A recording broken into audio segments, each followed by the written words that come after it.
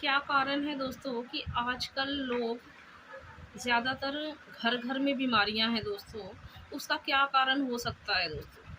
क्योंकि दोस्तों हमारे इंडिया में कम से कम 100% में से 80% लोगों को ये पता ही नहीं है कि हम स्वस्थ हैं या बीमार हैं। और 20% लोग जो हैं, जो बेड रेस्ट कर रहे हैं और हॉस्पिटलों के चक्कर काट रहे हैं, तो उनको पूरी तरह से ये पता है दोस्तों कि हम बीमार हैं।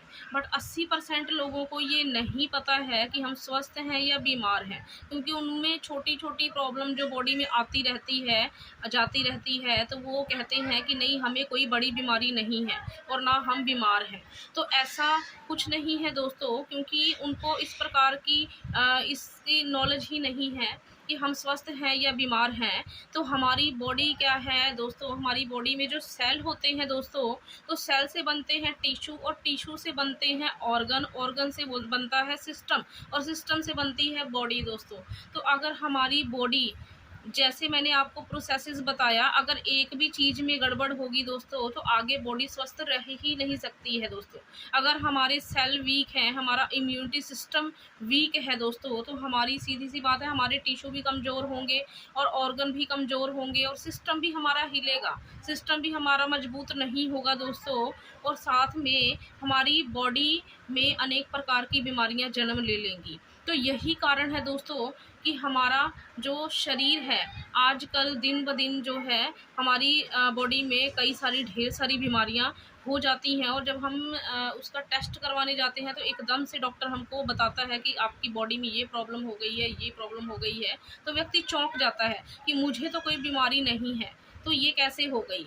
तो व्यक्ति को पता ही नहीं लगता है दोस्तों, क्योंकि अगर इम्यूनिटी सिस्टम ही स्ट्रॉन्ग नहीं होगा, तो बीमारियां तो जन्म लेंगी।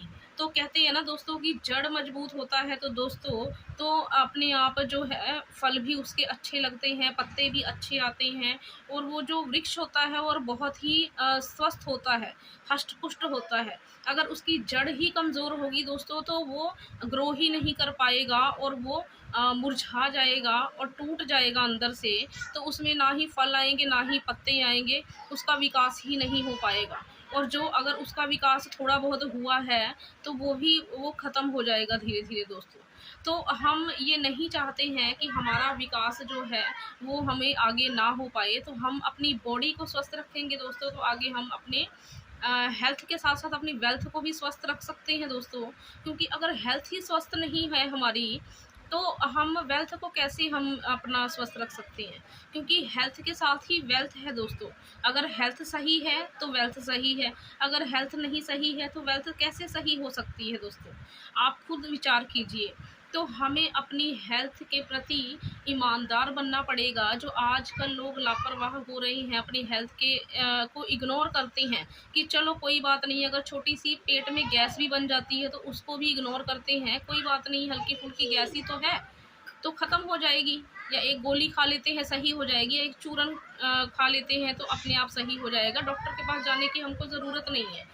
बट क्या होता है, वही पेट की जो गैस होती है दोस्तों, धीरे धीरे धीरे धीरे वो हमको 1 साल 2 साल 4 साल 5 साल ऐसे, अगर 10 साल उस गैस को बनते हो गया पेट में, तो दोस्तों आपको क्या पता है, इसके बारे में जानकारी है, अगर 10 साल एक व्यक्ति के पेट में गैस बन रही है 10 साल से, तो उसकी किडनियां फेल होने के चांस हो सकते हैं दोस्तों।